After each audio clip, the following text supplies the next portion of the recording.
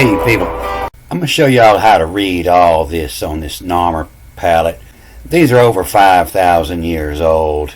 The Egyptologists, they'll spit a little bit at you that makes no sense, but they don't quite get it.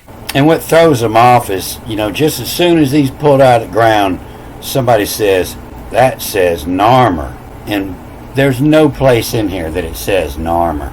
This is the old language, it came before the language change. You see some Mu language in here. And it's written in the same fashion as the Hebrew and the Greek Bible. It's all riddles and rhymes. You'll see the rhymes in here several times. And the main one is this thing they call Narmer here. It's right up here on the top in the middle. And so if you ask your wife, what's this, you're going to say that's a fish. And back in the day, she would have knew that this was a awl, And that's what it says. It says official. It's inside the court. And so this represents the king looking out in his back courtyard. These are rows of hedges planted. And in his back courtyard is the official. And that's what this says, the official in court. And there's no denying it because it's going to say the same thing 2 more times here. In different ways it's going to say it. The same words. And down here. They'll call this a circus, is this court symbol. An S-R-C-H or K-H. And they say it was used, with the Pharaoh's name before and later became the cartouche. And so that tells me they don't understand what the cartouche is either. The cartouche is the courtou. And it represents, looking down out the king's window into the courtyard. If there's a problem, we take it to court. No fighting in the house. And from much experience, I know that this is not a chisel. I could tell by these bands around here. This is like a old wooden handle screwdriver where there's an iron peg, put in the hole, and it's banded around here to keep it from splitting or slipping. It's like an ice pick. It's a scratch all. We use them in doing metal work. Instead of a pencil, you can't see the pencil mark on sheet metal, but if you put a scratch on the metal, you can see it. And so as a verb, this is a mar. It's made to mar something. And so when you're reading it as a noun this way, it's the official, and the other way it's the marine, the mariner. The official mariner in court is what this is. And then it sits between a pair of strange looking bulls. So it says the official mariner in court of parable. And if you look at these bulls, there's more code in here. You see they got their mouth shut over here. They ain't saying nothing. This one got his mouth shut. But this in here, he got his mouth wide open.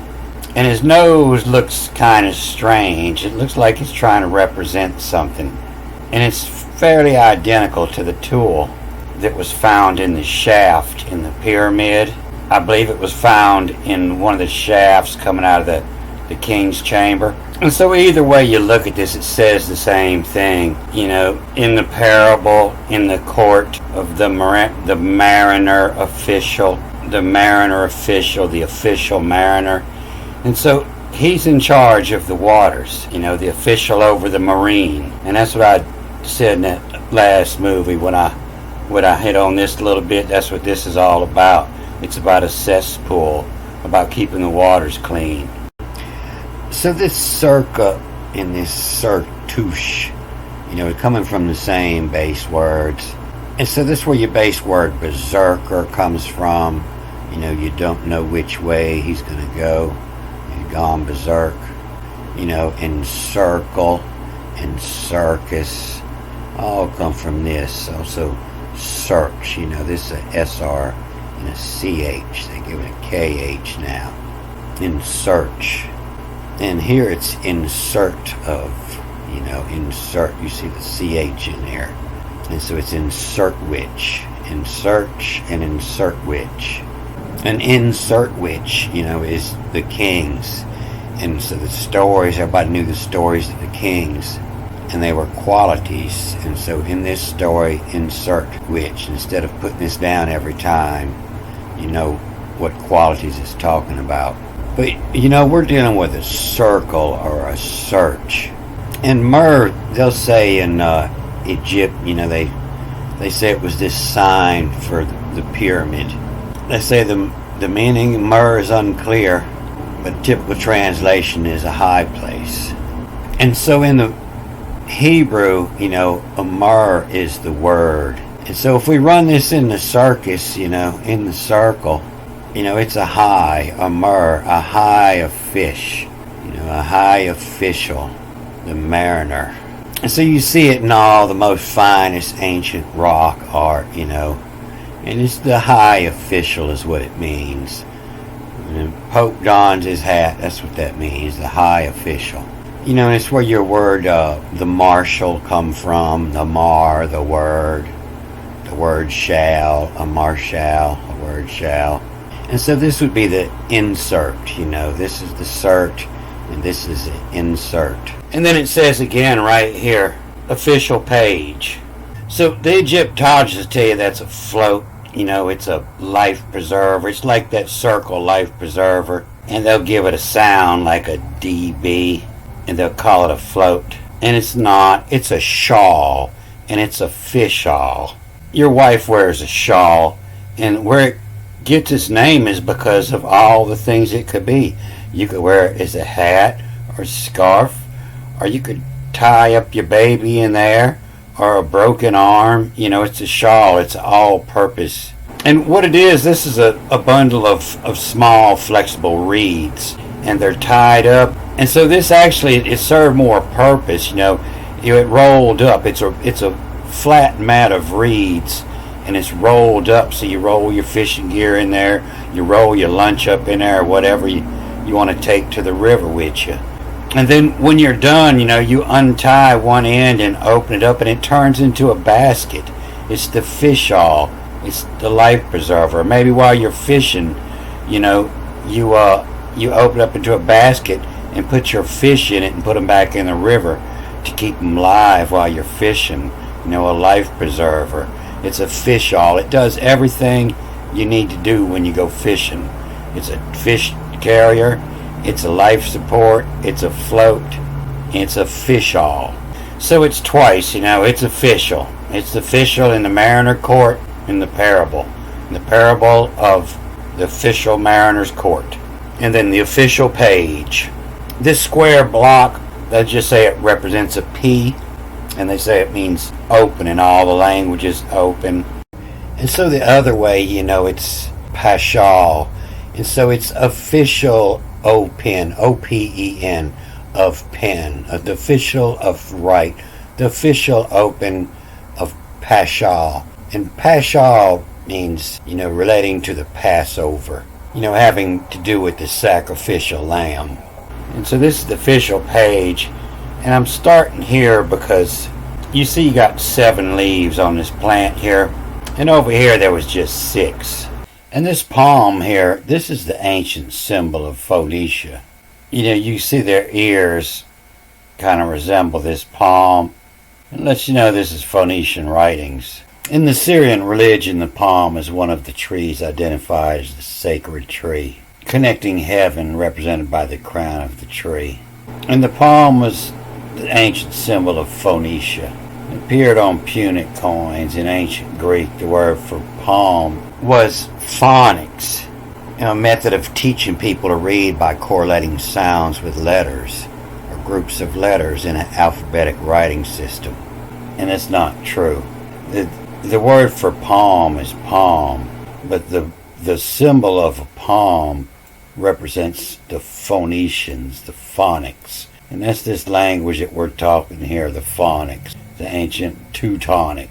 Apollo was born under the palm. Apollo was Phoenician. And so it's saying phonics all throughout here. You see the palm ears. You see all the funny ears, the funny, the F-U-N-I, funny. It's all the same word. All of them have the funny ears. They're the Phoenicians, the phonics. And so it's simply saying, this isn't a picture language. It's in sound. It's phonics. And you can see in their representations, it could be represented by a tree, by the side view of a tree. Phonico, or the physico. The physique is this shape of the side view. But they could also represent it with the palm of a hand. And so the word palm is a Phoenician word, P-A-L-M, and it means P is to open, and then A-L is all, and M is from. To open all from means the palm. So there's no reason that the Phoenicians wouldn't have spelled palm. You see it here in the Greek Bible. They say this phonics is the date palm, the phonicon. And you look down here at the bottom and see all the different, the phonics, the phonicon, the Phoenicians, where that comes from. In Egypt, they had this old phonicky cat, and that's where your word finicky comes from. And you see in this knife he uses, it's a razor blade. It's for surgery. It's got to be precise because the cat's finicky. And in Song 7, it helps to decode a lot of these words.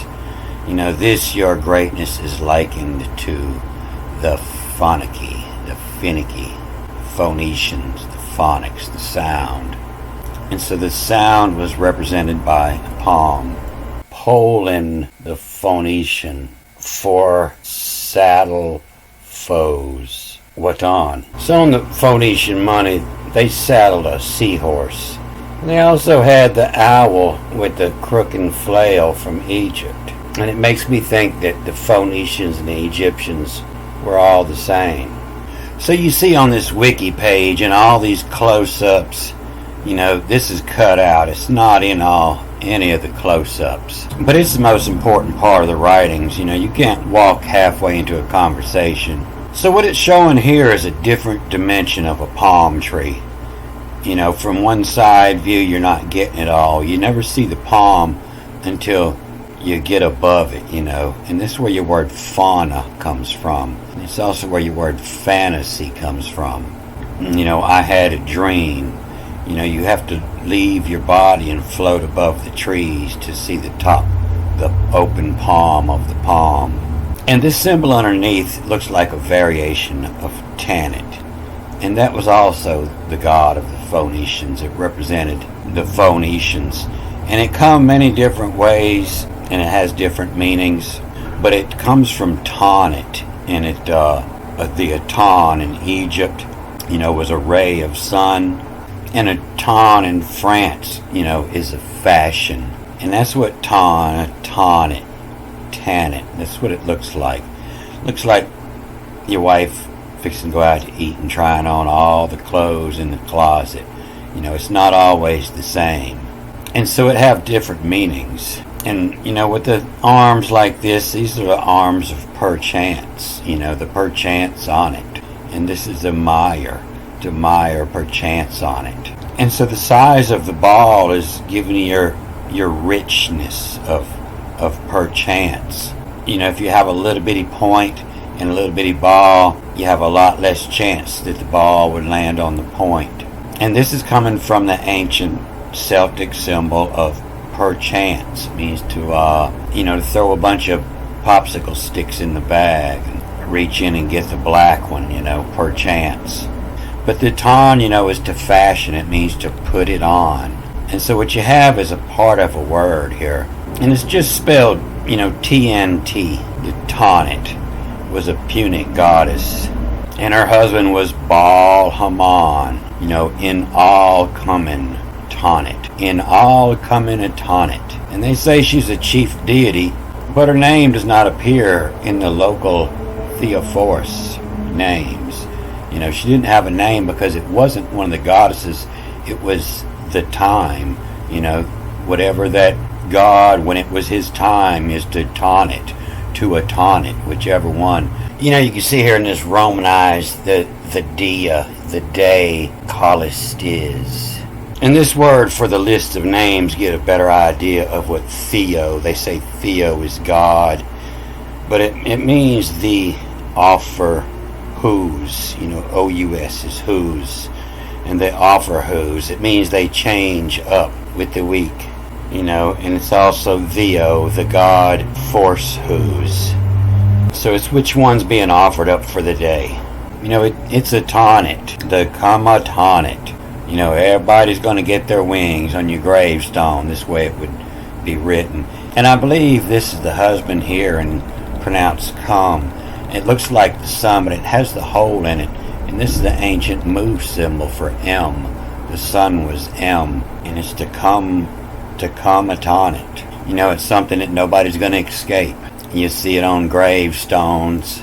And so it can mean different things, Sometimes it's the perchance to come upon it. And you still see it with the palm and the fish. And you don't see it over here, but this symbol's often with it. And it's the symbol of a fish, to a Tanit office. And so the differences in here help to see the difference between them, male and feminine. So even back then, they knew we were different. And then sometimes you see it on the floor, in a turt at a doorway, and it means at the time of a Tanit. It's time to atone, you're respectful, you're coming into the court. It's time to atone your quietness. You're in the baby ward, a Tanit. A Tanit door is the grand prize of the Carthage Film Festival. The ward name for the lunar goddess, at that time, when it's at that time. And so you see that here, a Tanit and the door, the D-W-R, the Tanit door. And so it means the name a Tanit door, if you go in this door, you're fixed to get in a conference. The name on its door. And so I believe the way this is sitting here, this reads fauna, F-A-N-A, the fauna, the foliage, And so it's the fun, aton, fauna. And then this way you're going to read the sixth-leaf fauna. And so it's not just a fauna, but it's the fauna cease. Cease was your word for the number 6 in all the Mediterranean languages. And so the fun of Tanit fantasies. And that's when you see this vision, in your fantasies when you're dreaming. And the fun of Tanit fantasies. And so that's why, this looks like Halloween. This looks like your wife and kids going out to Halloween, going to collect some candy. Because it's all in fun here. And the fun of Tanit fantasies hears. And so it's the fantasy, the hears, and it's the fun on it. So it's saying right here that this is all just a riddle. And it isn't suggesting any factual content. Like dressing up for Halloween. And then you come down and he's got this Greek P on his neck. Nobody else is wearing one. And this is where you heard the peon in the Greek. When it says the peon, it says the one behind you. And so that's suggesting, that this is you. And the peon is behind you. And then it's the shoes here. And he's not holding them. They're just balanced on his wrist. And this has several meanings. Danish said it was the name of the ruler of Babylon. It's called the P-shoes, and it's a forearm, the length of a cubit. And it'll have all these different spellings, and that's why they'll give it a little different meaning. Sometimes they say it's from the elbow to the fingertips, to the tip of the middle finger. And sometimes said to be the forearm, the part of the arm between the hand and the elbow. And so when I put my elbow on the wall and measure it to my wrist, it's right on 12 inches. It's a ruler. And that's where that comes back from. That's why they say Pishu was the ruler of Babylon. It makes me think Babylon has to do with measurement. And Pishu was the ancient word for the cat. It's getting harder and harder to find. But also the scientific word for the cat, is the Phyllades or Pylades. The A-E reads as E-S. It's the Pylades was the ruler that sat on the ox's back. In the race there was a cat and a rat that couldn't swim, so they hop on top of the ox. And the rat was eager to win, so he pushed the cat in the water. And so the cat never forgave the rat, and that's why we use the cat to get rid of the rat today. But you see it in the words for the fish and the cat are real similar. It's probably because they mixed them up in there. But the P, the cat is behind you. and the piss it to. You piss behind you. And it's the pus in all the Nordic languages. And in the Latin, it's the coming from the paw, to strike. The patus. I show you in the Greek it's the same, to strike. The patasa is the Cajun curse, to strike. And this is something that stayed constant in most all your old language. And you see it in this word here. This is where the pseudo, another name, comes from. And it's the pishu, another name, the pseudo, and then the aloris. And this is the Greek word for the cat, another name for the cat. And so we go back and we see now that it's not just a fish, but it's a catfish. It's the high catfish shawl.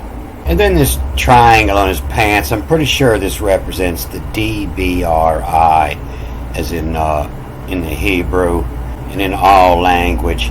And so you can see it, it's the PSUE and then the D, the pseudo, another name. And then BRI is brief, is short, but it's in re, the sood in re zent. And I showed you how I got this scent out of one of my last movies. And so it's the official open Pashal. And so Pashal is the Passover, but the Passover doesn't necessarily mean Easter. The Passover was also Halloween on the 9th month, when the sun was going back down across the equator and coming the time of death. And so the Tanit, you can see a ceiling fan in there. The Tanit, fantasies, the six, the fantasies. The Tanit fantasies here's Pishu, the ruled in resent, tail. So you got a tail hanging here. And then come the fantasy, and you start reading right here.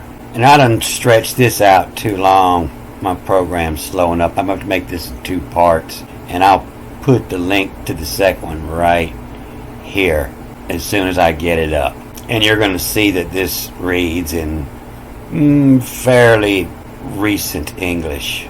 Thank you much, Lucky. Bananas Foster come in yesterday. It was dated from the 25th. Very well sealed. Thank you very much. All right, I'm going to cut this off here. Good day.